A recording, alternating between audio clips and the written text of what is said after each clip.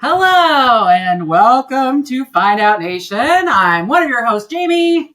I'm your host, Nicole.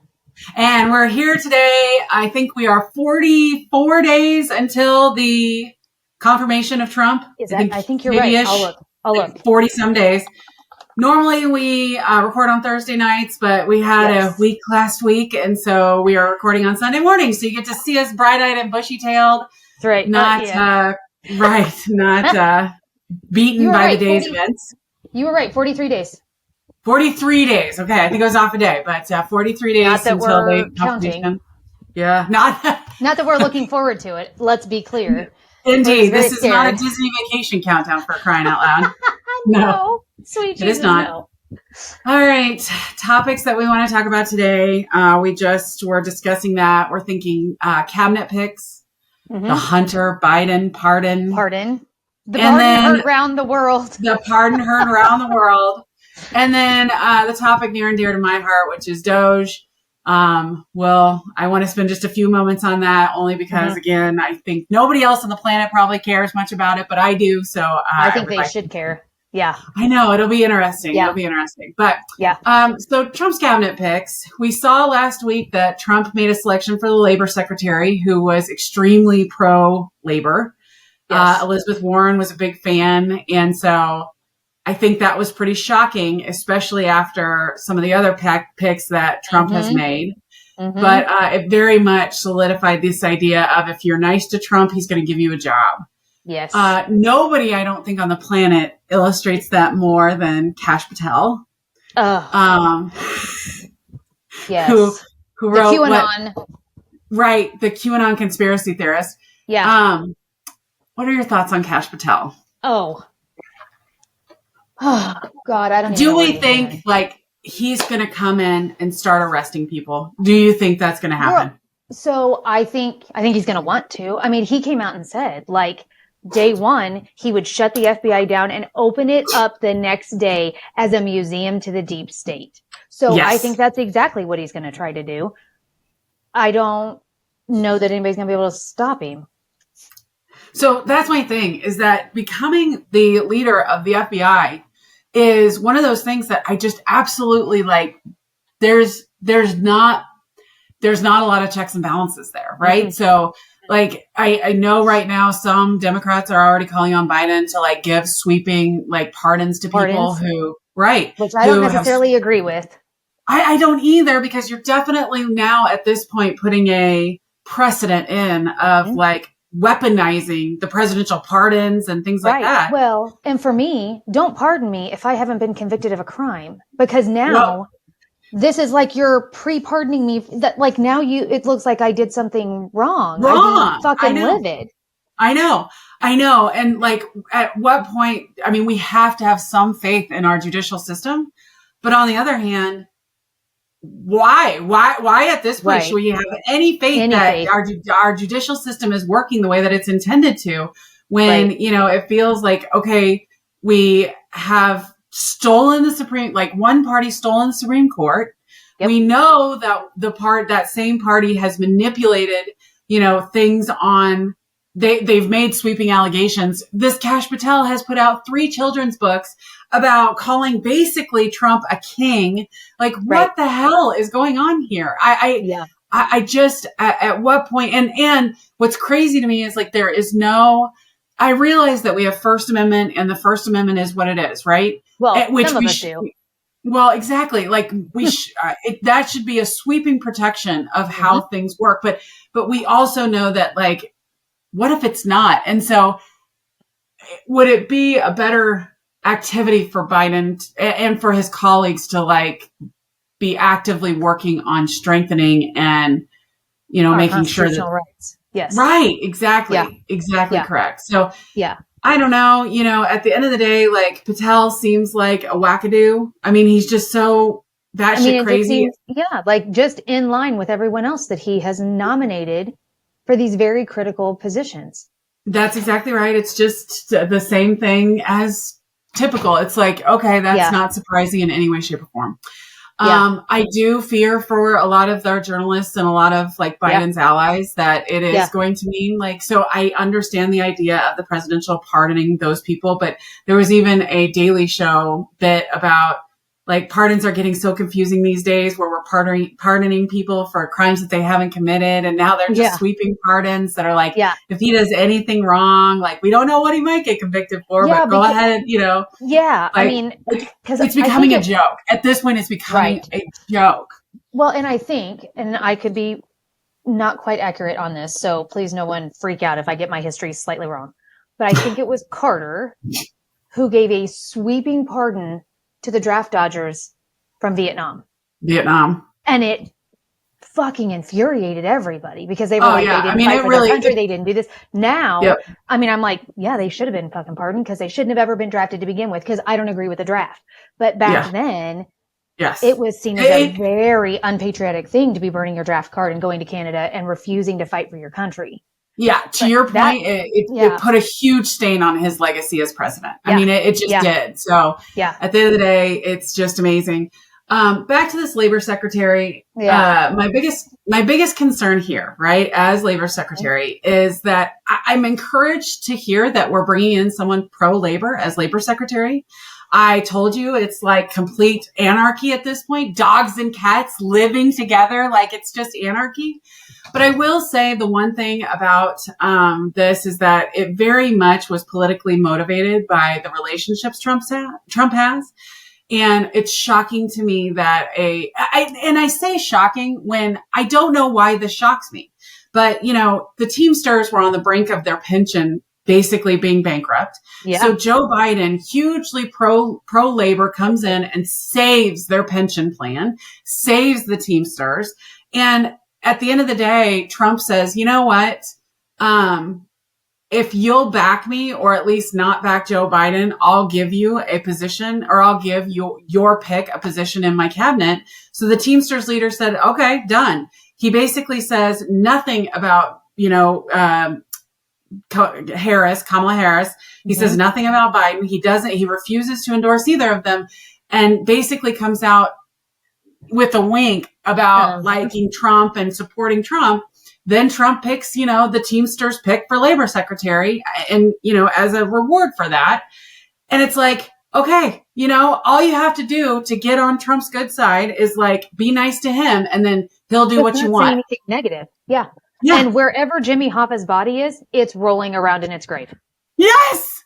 Because the fact that the Teamsters backed Republicans is the antithesis of everything that is union and everything the reason why we have unions to begin with. 100%. And I'm really interested to see what ends up happening with someone that is so pro-labor in that position with the future of both the Republican and the Democratic Party, because the Democrats have always been like so pro-labor. I mean, to this day, I'm so pro-union, pro-labor, and my husband's a member of a union and like he and I talk about it all the time because so many of them are card-carrying Republicans. They loved Trump. They're 100%. Bizarre to me. It's so bizarre to me that that's right. I do not understand it, but at the end of the day it is. But, then you have people like Elon Musk and, so pro-business.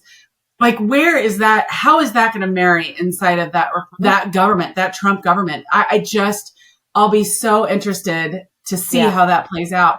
At the end of the day, like I work for a business. My husband is union. Like watching this from both sides will be extremely interesting to see how it turns out. Yeah. We'll see how long she lasts. Let me put it that way. We'll see how long she lasts. It may be a short-lived marriage. Might be a short-lived marriage. You're exactly right. Okay, speaking of legacy, the Hunter Biden pardon. Yeah. What the fuck? Like, what the fuckity fuck? I know you, me, and a friend of ours were talking about this.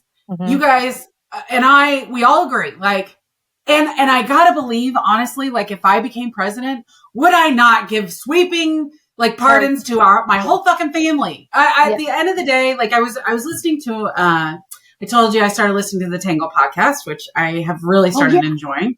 And they came out and said, at the end of the day, like that when you become president, you make the agreement that the needs of the country come before the needs of your own. With that said, supposedly, depending on who's sitting in the White House. Exactly. But at the end of the day, like, do I give a shit? Like, do I even care that Trump pardoned his father-in-law that is now the ambassador to France? No, I don't care. You know what I mean? The son-in-law's dead. Charles Kushner. The son-in-law's father. Yeah. Exactly. The Charles fucking Kushner. Criminal. Mm-hmm. The absolute criminal at the end of the day, like, or Roger Stone. That's right. Or Steve Bannon or any of those people. At the end of the day, like, do I think it's an abuse of power to some degree? Yeah, probably. Yes. But at the end of the day, do I fucking care? Because if I became president, would I not give my child sweet? Of course I would. Like, if my child went through a rough time and I needed to do something for him, I absolutely would. And at the end of the day, like the crimes that Hunter Biden were convicted of, which committed, well, and he committed them. There's no doubt. He lied on his fucking gun form and he didn't pay his taxes. But he ended up paying his taxes. To prison for that. That's right. It was all politically motivated. That's right. Yeah. He ended up paying his taxes with penalties, and nobody goes to prison for what he did on their with gun the form. gun form. But the sweeping pardon, instead of saying I'm pardoning him for these two things, is suspect. Going back 11 years, like John, what's his name, was cracking up about how specific it is that he went back 11 years because that's exactly when he started as his company. He was on the board of the company that was the Ukrainian energy company or whatever it was. Yeah. It was very suspicious. John Stewart, sorry. That was suspicious. And then the fact that he's been saying it his whole fucking presidency. That he wouldn't do it. That's right. And then he goes and does it. I'm like, God damn it. Yeah. If I could, here's why I'm mad is because Obama was everything we wanted him to be. And he managed to not sully the reputation of Democrats for 8 fucking years, 8 years, right? Did he do some stupid shit? Probably. But at the end of the day, we could point to Obama and be like, see, you can have a president that is not hypocritical, does not lie, does not do stupid shit all the fucking time. And I'm sorry to say that if it was Hillary, I'm guessing we wouldn't have had this issue either. But Biden pardons his son, goes back on his word, is a total hypocrite, and does the thing that we've been saying Trump is an asshole for years. And now we have no leg to stand on when it comes to morality. Yeah. And I think for me, it was a big thing of when it first came out and it was announced that he'd done it or whatever, I was just like, I don't give a shit. I don't give a shit. Know. I got bigger fucking problems to worry about. But then the hypocrisy on the right. Yes. Oh my God. So it's okay for him to do it. Then by God, we're all going to do it. Trump was already going to fucking do it. He did it the first time. He's going to do it again. He's going to blanket pardon all the January 6th insurrectionists. And he's been saying that for years. Yes. Right. Whether he was already going to do it. That's right. But if this just goes back to Democrats being stupid, because Biden easily could have for years said, as long as this doesn't become a gross, perversion of power. Abuse of power. As long as this case doesn't become absolutely ridiculous. As long as, people are treated fairly, I'm not going to do it. I have no reason to pardon him. Yeah. That's right. If he had just qualified it in that way and then come back and said, listen, I said this, you guys fucked around, so now you're finding out. I'm going to pardon him anyway. It would have been fine. But he didn't do that. He did not do that. Adamant that he would not do it. Yes. Yeah. He was adamant about it. And then, and I'm sorry, but if there's one thing your average fucking Democrat has taken pride in is the fact that we aren't conspiracy theorists. We aren't, everyone's out to get us. We're not deep staters. We're most of us take pride in the fact that our party is the party that's good and decent and not hypocritical. Do we do hypocritical things? Yes. Do we do things that are okay, the right does this, so fuck them, we're going to do this. And I came on, a week ago, 2 weeks ago, and was start using the back channel, start using the rules, start whatever. But in those cases, immigration, fast track. That's right. That's right. But in those cases, I'm not saying, don't say you're not doing them and then do them. Fuck that. Right. At this point, let's beat them at their own game. But in this case, you literally have been saying for 4 years that we're not going to do this. So at the end of the day, like, this is, again, one of those things that we're getting beaten by is the fact that Republicans, I mean, we went to Herman a couple months ago and saw shirts all over that says, I'm voting for the felon, because their side doesn't care. If our side is going to decide not to care, which I don't think we do, I completely understand why Joe Biden would pardon his son. I get it. Yeah. Then stop fucking saying you're not. Yeah. Yes. Quit acting like you're sanctimonious about it and just be fucking upfront about it. That's right. Because then nobody can call you a liar. That's right. That's right. Like, just be upfront about it. Like, come on. Or just say, like, at the very beginning, when people were like, if you win the presidency, Biden, will you pardon your son? I don't know. Time will tell. That's a good enough statement. I don't know. I'll have to see what the future brings. And then you can't be held to anything. But when you are refusing to acknowledge that there's a possibility, however slim you might have thought it was 4 years ago, that you would pardon him, now you look like a fucking liar. Exactly. And I'm at the point now with the Democratic Party in general that we have to decide what is our identity going to be going forward. Yes. You know, we have hung our hats for so long on this. We're the good guys. They're the bad guys mentality. Right. At least as a middle, America Democratic voter, I know that's how I have felt about it. And a lot of our friends have felt about it. I don't know if you felt that, but I assume so. Yeah. And so I felt this, like, we're not the crazy ones. We're not the ones spouting conspiracy theories. Mm-hmm. We're the good guys. We believe in Republicans have talked about being patriots. I've always felt that we're the true patriots because we believe in the system. We believe in justice. We believe in how everyone should be treated fairly. Everyone should have an equal opportunity at a job, at a decent living wage. Yes. That's right. And we believe in the Constitution, and we just want to uphold it the way that it is, right? We believe in the law of our land. We believe in the rules and the precedents that have been set, and we want to put faith in the system, right? I felt like that has been our identity for a long time. Yeah. And I feel like this just flushed it down the toilet, which, again, at the end of the day, maybe we don't care. Maybe we're like, no, the system's fucking broken. And we can see that because Trump just won. The Supreme Court now has been basically stolen from us. Like, the system's broken. So at this point, if that's the point we're going to make, then as a party, we need to agree upon that and stop saying, no, I'm never going to pardon Hunter. I'm going to believe in the system if that's not the fucking case. You know what I'm saying? Yeah, exactly. And Biden should have been smart enough to do that ahead of time. Yes. To your point. And then when they ask him, he says, I don't know. Time will tell. Let's see what happens. Yeah. Yeah. Like, that's a future me problem that I'm not ready to deal with now, 4 years before I have to potentially deal with it. Yeah. That's exactly right. That's exactly right. So let's be smart about that. Yeah. Okay. So I've woosawed that. I've gotten that out of my system. I know, again, like, at the end of the day, none of us really care about the pardon. Yeah. But I do care about the future of the Democratic Party. Yeah. Exactly. And again, it all goes back to that soul searching that we've talked about repeatedly since this is our 4th episode. Like, we've talked about that. I feel like every episode we've touched on it, that the Democrats have got to do some damn soul searching and figure out what we're going to stand for going forward. That's exactly right. Like, quit playing behind the 8 ball every goddamn time. Like, quit just being reactionary to whatever the Republicans are doing and quit being outraged and do something about it. Clutching our pearls. Yes. I can't believe Mitch McConnell wasn't going to give our Supreme Court justice a fair. Yeah. What do you mean? Yes. They've been gerrymandering the fucking election system since the fucking 50s. Like, what the fuck? If we know that's broken and we know the system sucks, then let's stop standing on our, like, moral high. Anyway. Okay. Yes. Yes. Okay. Yes. Can we talk about DOGE? Yeah. Let's do it. So let me tell you, DOGE, which is, the brand new, we're going to fix things, right? We're going to advisory panel.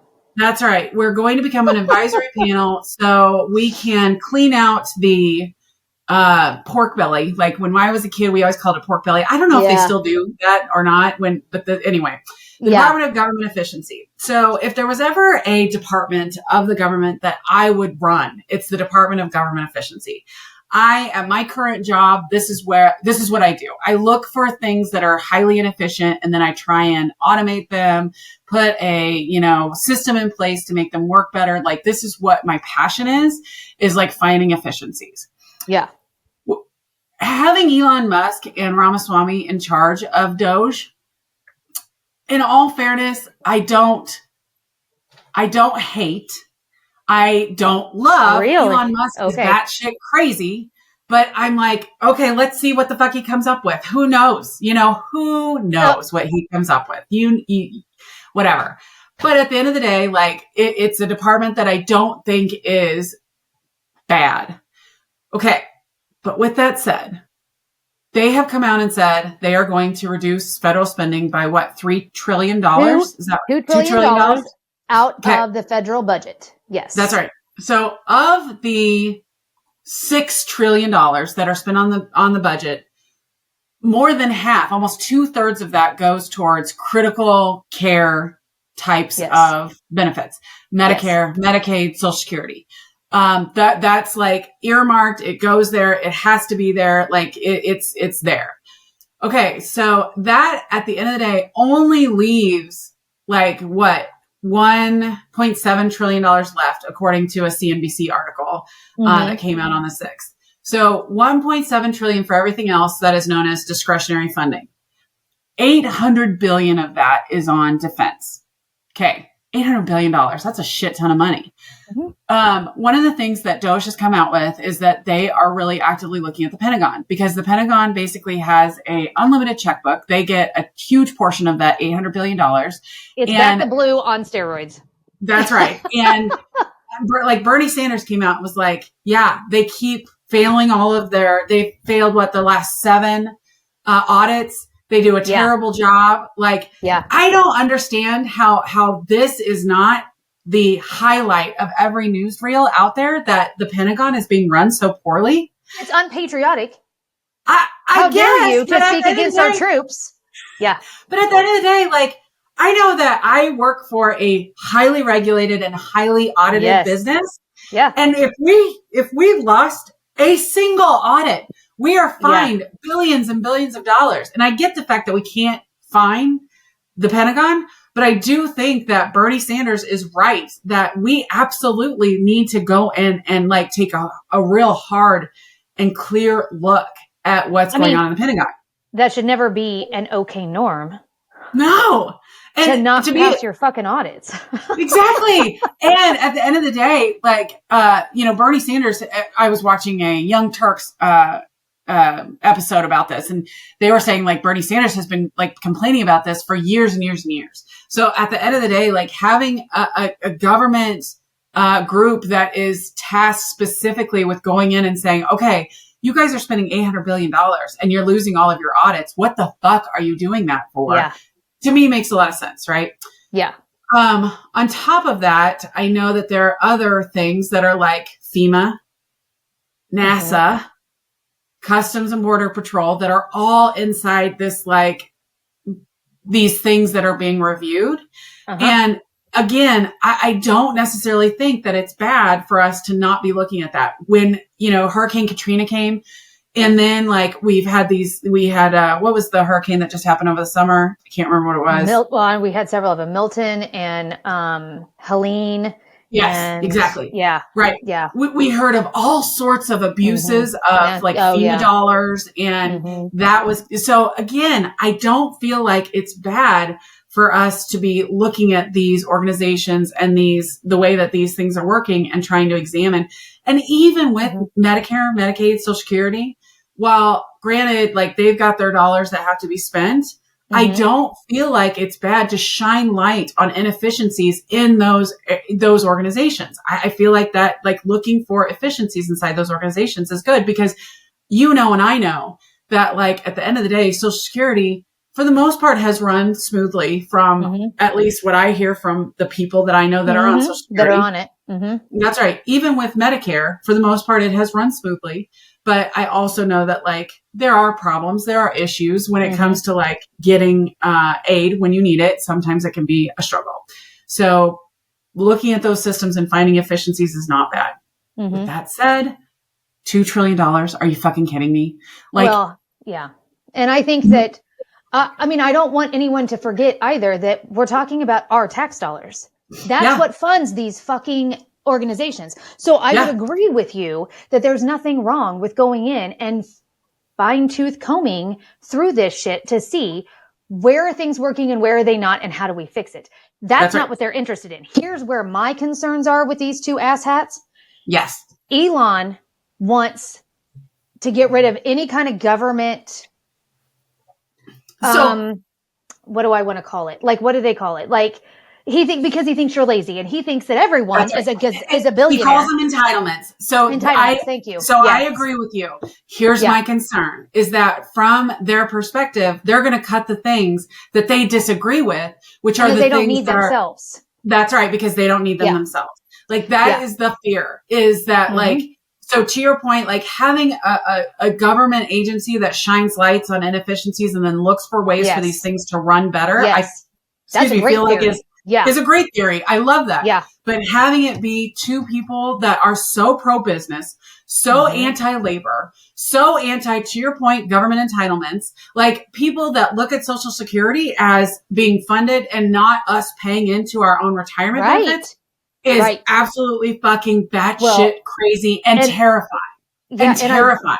And I worry about, because Elon, he's going to want to reduce any kind of oversight on his businesses. Of course. The EPA, anything, because he's in trouble with the state of California, like all of that. That's what he's going to want to get rid of so that he can do whatever the hell he wants with his businesses. And of course. It's hard for me to know that he donated $238 million to the Trump presidency, to the campaign. Yep. He thinks he owns it. And back when FDR was put in office, there was this same kind of chafe between him and William Randolph Hearst, because Hearst bankrolled FDR's first presidency. It was all over the papers and everything else. Everything Hearst owned was all. And so then Hearst felt like, all right, I put you in the White House. Here's what you're going to do for me. And FDR said no. And so then it became a fucking battle between the two of them after that. But we've seen Trump do that over and over and over again, where if you support me and you whatever. Now, the big difference is that Trump doesn't have to run again, right? At this point, he's supposed to be done running for president. We'll see what happens. So he doesn't need like Elon's money anymore. But at the end of the day, it's going to be interesting to see what happens there. Some of the changes also that he's talking about, to your point, are EPA. He's talking about the IRS. Like they're going to create an app where you no longer, we'll see what happens there. He's talking about forcing federal employees into the office 5 days a week and then expecting to have a mass like quit so that they can save all this money in federal employee salaries. They've been talking about moving, and this one I'm not wildly against. So most of the federal agencies, their buildings are housed in Washington, D.C. And of course, Washington, D.C. is very expensive. It's expensive to live in. The salaries are expensive there. Like, I get it. Yeah. So he's been talking about moving a lot of these agencies like the EPA. And, what was the other one that he was talking about? The forestry, national, whatever. Anyway. Oh, yeah. To like more Western, locations that are maybe less expensive and closer to whatever they're servicing and in locations where so there are pluses and minuses there of taking them out of Washington, D.C. and then not like having constant access to the lawmakers that they work with. But there's also an advantage to like being cheaper, just period, saving money. Cost of living. Yeah. That's right. Cost of living. And then being closer to to whatever, the people that they actually need to be close to help run whatever agencies are running. So at the end of the day, like I am sad because I am 100% behind the idea of let's like look at all the things that have been put in place, because we know it time and time and time again.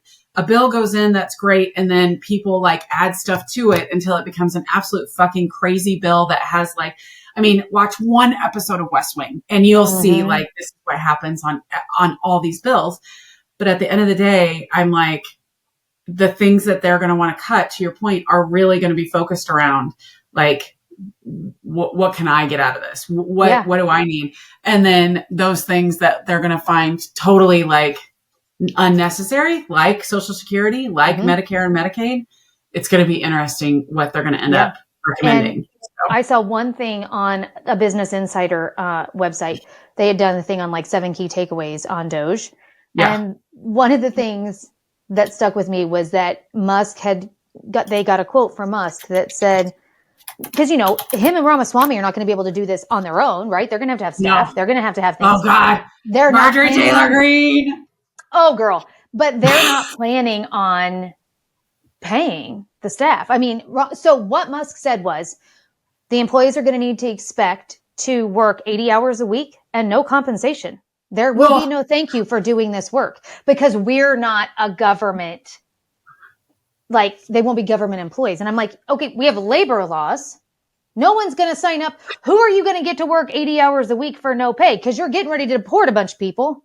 Maybe you can put them on it. Yeah. Like, who the fuck are you? Like, you're such. So then, see, he goes and says stupid shit like this. And he's in the news saying that he thinks, certain people should be prosecuted for their crimes against Trump. And it's like, you're a private citizen, fucker. Nobody elected you to any kind of governmental position. But this is what happens when you donate almost $240 million to a campaign. Oh, yeah. You don't think you have to be elected. You just assume the position. Agreed. But that has been the take of, I mean, we've been using super PACs for years to do exactly this thing, which right? Is, I mean, we can go into that whole campaign finance law bullshit. Right. Yeah. Because at the end of the day, like, I mean, we've seen this for years with super PACs. Like, I can't, like, it's why we shouldn't have them. That's exactly right. And that's exactly how Elon Musk did this, was he created an Elon Musk super PAC. He put a whole bunch of money into that, put that all towards Trump. Trump has all that money and now he thinks he owns it. And at the end of the day, it's not surprising that he feels that way because, I mean, the Koch brothers have been doing it for years. I mean, it's shocking the number of people that have been like, funding super PACs in order to get their agenda heard. Yep. But to your point, like this, I was reading that same Business Insider and they were talking about the crusaders, like, these will be government crusaders. And so, we'll see what happens when it comes to we're going to be able to get a whole bunch of employees that like aren't going to get paid and they're just going to want to come in and they're going to feel so passionately about this. They're going to work for free. Listen, I'm there with you. I feel passionate about it. I still need to pay my bills. Like I'm not going to come work for you. Sorry, not going to happen. Exactly. What's really interesting though is that they did like make the comment about they can't pass any laws. They're going to have to rely on the Congress and House in order to be able to actually pass laws to make changes. Yep. So I do hope that, because let's be honest, as much as Elon Musk is insane, and, I have to remind my child all the time that he did not invent Tesla. Like he did not create Tesla. This is the story that we're revisionist history. That's exactly right. Like he's not like this massive, wonderful, super genius. Super genius. Yeah. But at the end, and we know that he got where he got because his dad gave him a bunch of money, right? Like we know that. Yeah. But at the end of the day, I also don't think he's an idiot. Like, I mean, at the end of the day, I don't think he's an idiot. So I do think that he will have to it can't be sweeping privatized Social Security. I really don't think that, and there's no elected official out there that's going to be like, oh yeah, that's a great idea because their bread and butter are people that are relying on Social Security today. Right. Today. So, and I was reading, so in 1972, Congress wrote the Federal Advisory Committee Act to rein in large number of outside advisors who weighed in on policy matters, either at the president or a specific cabinet agency's behest. So because of that act, everything they do has to be transparent. So when Obama had his, I'm trying to remember what it was called. Oh, in 2010, he had the Bowles-Simpson Commission over all the, what the hell am I thinking of? Like how bad our shit was after the 2008 bank collapse. And so he had the Bowles-Simpson Commission, and you have to hold hearings. Public hearings have to be done when they make a recommendation, and you have to have an even number of Democrats and Republicans on those commissions. So it can't just be Musk and Ramaswamy out here being like, we're doing all of this and proof it's happening. That's right. It shouldn't be that way. Let me be clear. It should not be that way. That's right. Now, at the end of the day, you know, it's arguable how effective these committees really are. Really are. Exactly. To your point, after the 2008 collapse, did we see any real reform? No. Mm-mm. Did we see any real, like, we had the Gramm-Leach-Bailey Act, and yes, we had a lot of like, oh, we're going to break up the big banks, and oh, we're going to regulate the big banks. At the end of the day, like, we're back in the exact same spot we were in before. So, like, it's questionable how, but I'll be honest, like, that's where I say, if there's one thing I feel like Elon Musk is good at, is playing the political game. Yeah. Because again, I have to remind my kid all the time that, Elon Musk did not build Tesla. He did not he was not the genius that he was, he's not Iron Man tinkering with things and then creating this huge, he's just a really good, politician. He can convince people of things. Yeah. And so it'll be interesting how he's able to make changes through DOGE and convince policymakers that things need to happen. So we'll see how effective this ends up being. Yeah. To your point, I am cautiously optimistic. We'll see what happens. Yeah. Yeah. And again, we have two very ego-driven men in charge of this commission. Well, that's the other thing. They're going to eat each other alive. Like, their shit. Yeah, their shit. I mean, they got to get on the same page. Are you kidding? So, not only that, but then they're having to work with Marjorie Taylor Greene, who's batshit crazy. And then they have to work with Trump. Seeing all of them together. Yeah. I just kind of want to get the popcorn out and just watch because it's going to be a fucking clown show. There's no way they can all come to an agreement. That's right. I feel like it could be a fucking clown show, and I'm here for it. Yeah. I am here for this. Yeah. I have said, that this is the kind of fuck around and find out that I want to watch, and I cannot wait to see what happens. Yeah. Yeah. 100%. With that said, if they touch Social Security, if they touch Medicare, if they touch there will be a fucking uproar in this country if they start messing with all those, that's programs. Right. This might be the wake up call to these middle Americans, the undecideds out there. Yeah. That, you should participate in elections. Yeah, you really do need. This is why it matters to pay attention. Yeah. That's exactly right. This is why it matters to pay attention. So we'll see what happens. Yeah. On that note, I am on board for the next, whatever time. Mm-hmm. We'll see what happens. I am, Okay. I'm going to go cry in a corner now. I'm going to go get in a bathtub and cry. I think because DOGE is not what it should be. Yes. Right. Because DOGE is, I'm cautiously optimistic that maybe it will turn out that way. But this is why you and I are good friends, because you were cautiously optimistic and I'm like, it's a fucking dumpster fire and it hasn't even started yet. And it's going to be a damn disaster. I just know it's going to be a disaster. Even if it's a dumpster fire, it'll be fucking entertaining. You know what I'm saying? This is true. Yeah, this is true.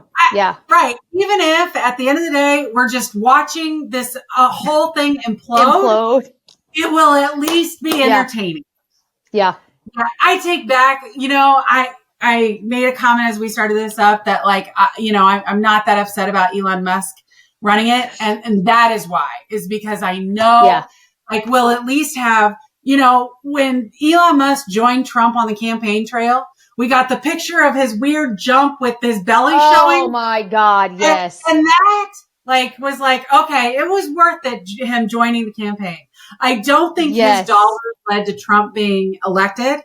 So at the end of the day, if that picture that is so painfully embarrassing and cringy, and his dark Brandon or dark MAGA hat. Dark MAGA hat. Right. Yes. That kind of entertainment is what I'm here for. And so that's what I'm saying. Him, to your point, watching him, Ramaswamy, Marjorie Taylor Greene, and Trump fight it out in the public forum, because there's no way that it's behind closed doors.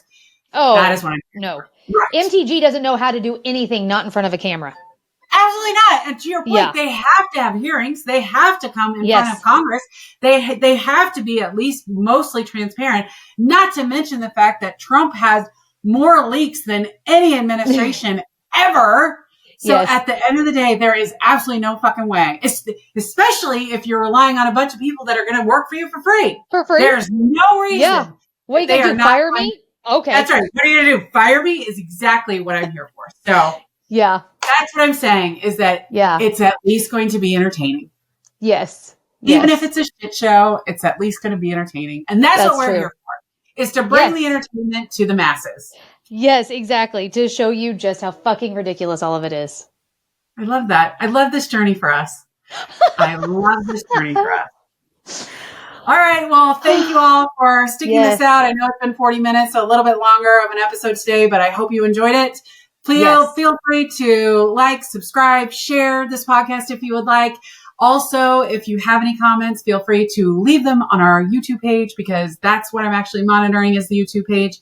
But hopefully this has given you a little levity in what is certainly going to be dark days ahead. Yes. And if there's something you want us to discuss or research or whatever, tell us. Yeah. We'll dedicate an episode to it. We are absolutely happy to dedicate an episode to it. All right. Signing off. Yes. 43 days. Bye. That's right.